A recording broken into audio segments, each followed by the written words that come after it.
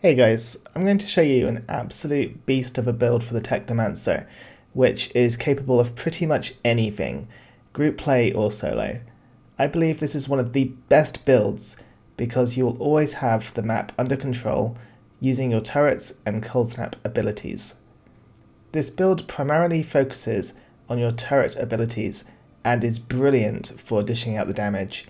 You'll be able to delete elites and bosses almost instantly, and this is after the rebalancing of most mods in the game, so this build is 100% up to date. My name's Dake and welcome to Dake's Gaming. If you would be so kind, subscribing to my channel, liking the video and watching to the very end helps support me, so thank you in advance. Let's jump straight into the skill tree and the packs tree. We're going to be running a hybrid tree build where we dip down into the bottom branch, taking advantage of all the anomaly power nodes. We're also going to pick up Adrenalizing Antenna because this will increase your anomaly power and your team's anomaly power by 30% when you activate your blighted turret for 10 seconds, so make sure to spam it. Reductions in cooldowns, duration on how long statuses last on enemies, increases of damage output through freeze and vulnerable. We will also be picking up Wipeout, which deals 20% more damage to enemies under 30% health. Another nice little perk of this build on the capstone, apart from granting 40% anomaly power for 10 seconds when you use gadget skills, is that you get an extra life, which can be triggered once every 3 minutes. Just to note, this does not reset if you open doors like your skills do. On the packs tree, we're going to go with the Desolator branch, picking out Initial Striker for a 10% increase in anomaly power upon skill activation for 5 seconds. Lethal Devices is clutch and does a ton of damage as your gadget skills are always going to be dealing toxic to enemies. If you're running triple turret and cold snap, toxic will be an afterthought because it will always be there. Painkiller will help you out a little with health regeneration, but since it was rebalanced, it does a lot less healing than before.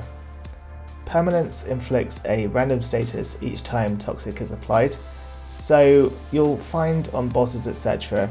that you'll normally always have a lot of statuses active at once. This further increases the damage from dissection through 5% more damage from each status applied.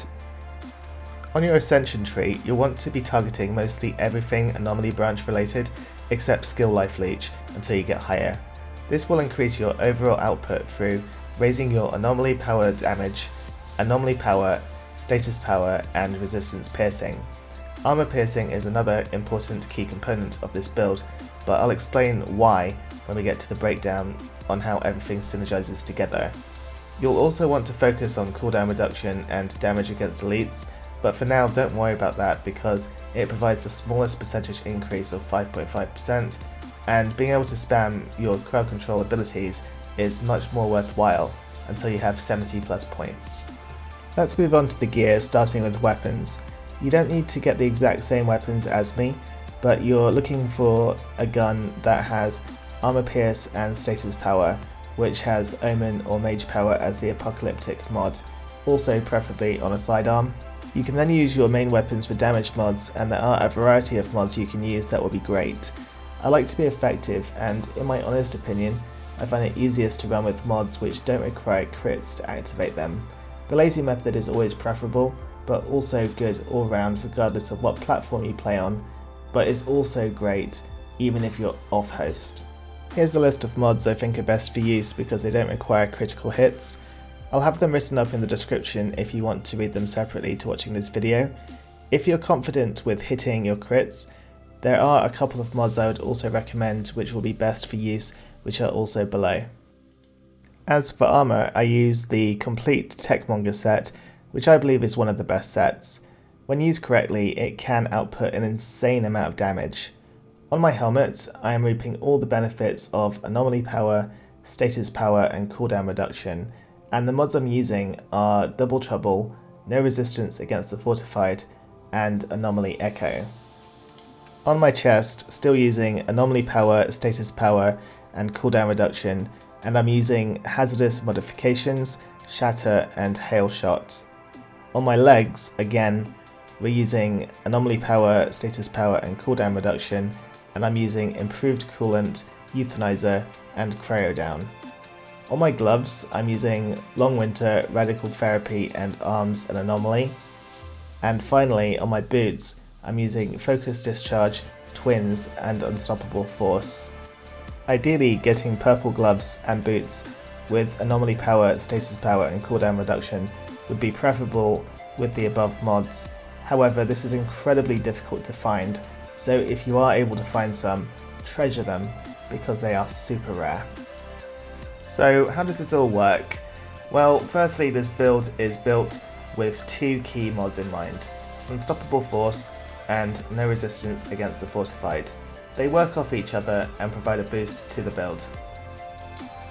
Resistance Piercing will help with elites and bosses, as they'll have resistance to Anomaly Power skills, but if we look closely, Unstoppable Force will bump up Anomaly Power by 50% off our Resistance Piercing, and No Resistance Against the Fortified bumps our Resistance Piercing by 100% of our Armor Piercing. Through using a weapon with Armor Piercing, we're able to give a 30% bump, which increases our Anomaly Power by 15% due to Unstoppable Force. The other mods are percentage based, where you've got 16% against enemies affected by ice or toxic, an additional 8% against toxic, and boosting our overall Anomaly Power from mods like Arms and Anomaly and Anomaly Echo. The rest is focused on our turret skills, starting with Cryo Turret, where we have 2 barrels doubling output of shots fired, doubling the fire rate, decreasing its cooldown by 50%, putting 2 turrets out instead of 1 before triggering cooldown, and most importantly, increasing damage based on status power, which we'll have pretty much maxed out. For our Blighted Turret, we've got Focus Discharge, which is a favourite of mine, and it does a fair amount of damage, and Hazardous Modifications changes how the turret works and increases its range.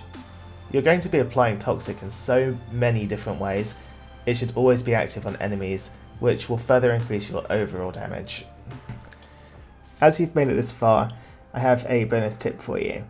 If you have a piece of gear that is identical to the gear that you have a mod on which you could easily replace, put Alchemical Mastery on instead and replace Cold Snap with Blighted Rounds for a boss battle. By doing this, you're going to be dealing a ton more damage and your Anomaly Power will skyrocket. It's not really great for anything else but tanky bosses, however, so take it with a grain of salt. Anyway, enjoy the build, let me know your thoughts on it, and if you've made it here, press that subscribe button. It really helps me out more than you know, and I'm near that 1,000 subscribers now. I'll have a bunch of other videos popping up, so take a look, as I'll be covering Worldslayer extensively. Also, if you do want to, you can also catch me on Twitch, where I'll be streaming quite frequently, and I'll be playing with the community and helping people out. So if you have any general questions, please do feel free to stop by, and I'll be more than happy to answer any of your questions. Thanks very much, and I'll catch you on the next one. Bye bye.